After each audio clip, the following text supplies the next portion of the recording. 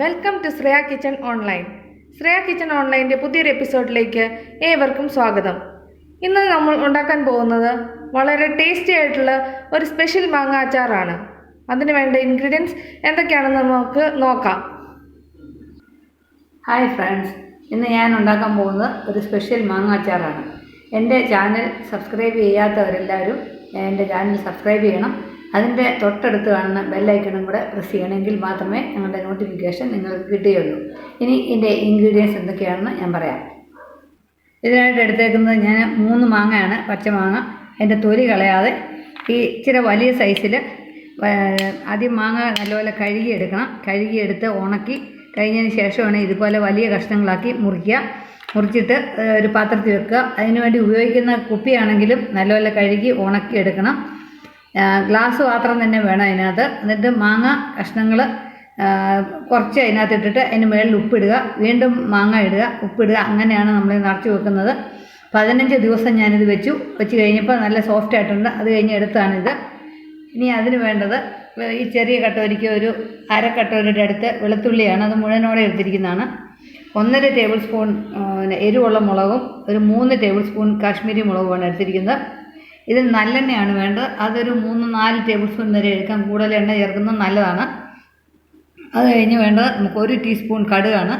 കടുക് ഇട്ട് പൊട്ടി കഴിയുമ്പോൾ ഇതെല്ലാം വേണ്ടേ. പിന്നെ ഉലുവ 1/2 ടീസ്പൂണ്, കായം 1/2 ടീസ്പൂണ്. പിന്നെ വേണ്ടത് വിനെഗർ 1 ടേബിൾ സ്പൂൺ തണുപ്പിച്ച് വെച്ചിരിക്കുന്നതാണ്. 1 ടേബിൾ സ്പൂൺ നല്ലെണ്ണ ചൂടാക്കി തണുപ്പിച്ച് വെച്ചിരിക്കുന്നതാണ്. കടുക് 1 ടീസ്പൂൺ ചൂടാക്കി തരിതരിപ്പായിട്ട് പൊടിച്ച് വെച്ചേക്കുന്നു. 2 തണ്ട് കറിവേപ്പില എടുത്തു വെച്ചിരിക്കുന്നതാണ്. ഇത്രയാണ് നമുക്കിതിന് വേണ്ട സാധനങ്ങൾ. നമുക്കൊരു കടായി എടുത്ത് ഫ്ലെയിമേ വെക്കാം. നമുക്കത് ഓൺ ചെയ്യാം. മീഡിയം ഫ്ലെയിമിലാണ് ഇത് വെച്ചിരിക്കുന്നത്. നമുക്കതിനകത്തേക്ക് 3 ടേബിൾ സ്പൂൺ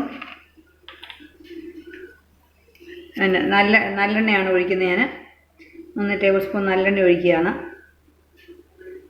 എണ്ണ കൂടിപ്പോയതുകൊണ്ട് കുഴപ്പമൊന്നുമില്ല. നല്ലെണ്ണ ആയതുകൊണ്ട് ഇതിന് ചേർക്കുന്നത് മറ്റുള്ള എണ്ണയെക്കാളും കൂടുതൽ നല്ലതാണ്. ഇച്ചിരി കൂടിയാലും കുഴപ്പമൊന്നുമില്ല. കൃത്യം ഒരളവ് പറഞ്ഞെന്നുള്ളതേ ഉള്ളൂ. അതൊന്ന് ചൂടാകട്ടെ.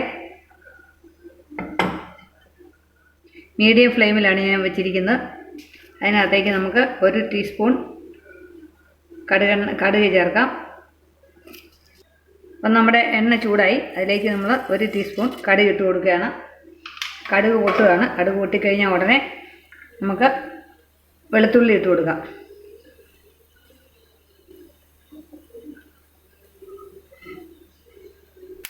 അപ്പം നമ്മുടെ കടുക് എല്ലാം പൊട്ടി തുടങ്ങി. നമ്മൾ വെളുത്തുള്ളി അതിനകത്തേക്ക് ഇട്ടു.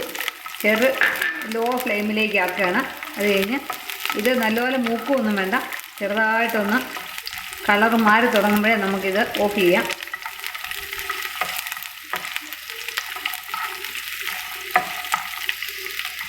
നല്ല ഒരു സ്മെല്ല്, ഇതിൻ്റെ പച്ചമണം മാറണം. അതാണ് ഇതിനകത്ത് നിന്ന് ഉദ്ദേശിക്കുന്നത്. അതൊന്ന് ആയിക്കോട്ടെ.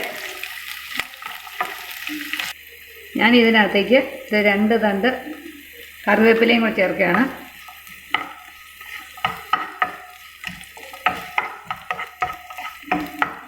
അപ്പം നമ്മുടെ വെളുത്തുള്ളിയൊക്കെ ആവശ്യത്തിന് ഇതായിട്ടുണ്ട്. കറിവേപ്പിലയും മൊരിഞ്ഞിട്ടുണ്ട്. ഇനി ഞാനിത് ഓഫ് ചെയ്യുവാണ്. കാരണം പൊടി ചേർക്കാനാണ്. അത് കാരണം ഒരു 2 മിനിറ്റ് നേരത്തേക്ക് ഈ ചൂടൊന്ന് കുറയണം. അല്ലെ ഇതിനകത്തേക്ക് പൊടി ഇട്ട് കഴിഞ്ഞാൽ കരിഞ്ഞു പോകും.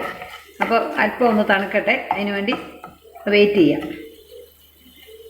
അപ്പോൾ ഇത് കുറച്ച് തണുത്തിട്ടുണ്ട്. ഇനി നമുക്ക് ഇതിനകത്തേക്ക് മസാലകൾ ചേർക്കാം. ഞാൻ ഫ്ലെയിം ഓൺ ചെയ്തിട്ടില്ല. ഇതെല്ലാം മിക്സ് ചെയ്ത് കഴിഞ്ഞിട്ട് വേണം നമുക്ക് ഫ്ലെയിം ഓൺ ചെയ്യാൻ. മുളക് പൊടി, ഉലുവ,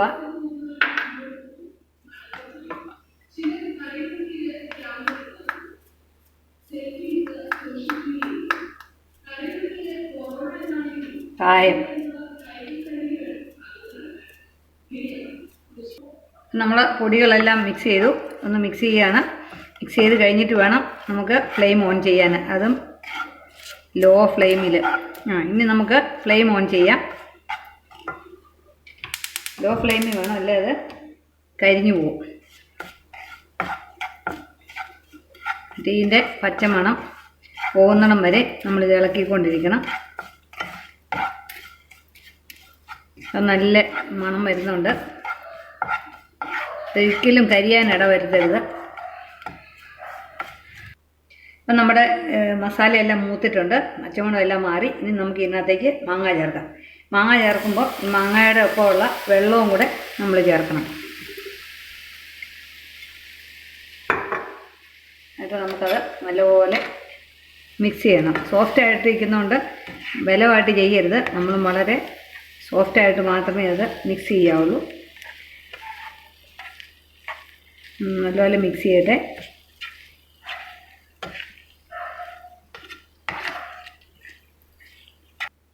നമ്മൾ മാങ്ങയുടെ കൂടെ ഉപ്പ് ചേർത്തായിരുന്നു, പക്ഷേ ഇപ്പോൾ ഈ മസാലയൊക്കെ ചേർത്തപ്പോൾ ഇച്ചിരി ഉപ്പിൻ്റെ കുറവുകൊണ്ട് ഞാൻ 1 ടീസ്പൂണും കൂടെ ഉപ്പ് ചേർക്കുകയാണ്.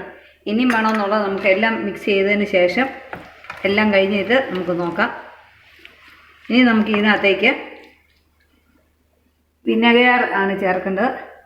1 ടേബിൾ സ്പൂൺ ഞാൻ ചൂടാക്കി തണുപ്പിച്ച് വെച്ചിരിക്കുന്നതാണ്. അത് ഇതിനകത്തേക്ക് ഒഴിക്കുകയാണ്.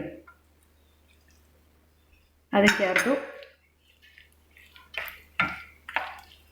ഇനി ഉള്ളത് 1 ടീസ്പൂൺ കടുക് ചതച്ച് വെച്ചിരുന്നതാണ്.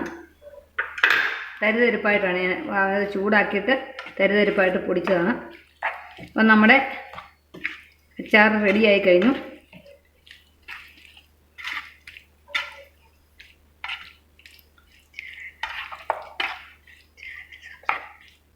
നിങ്ങളെല്ലാവരും എൻ്റെ ചാനൽ സബ്സ്ക്രൈബ് ചെയ്യണം, എന്നെ ലൈക്ക് ചെയ്യണം, പ്രോത്സാഹിപ്പിക്കണം, ഷെയർ ചെയ്യണം, കമൻസൊക്കെ ഇടണം.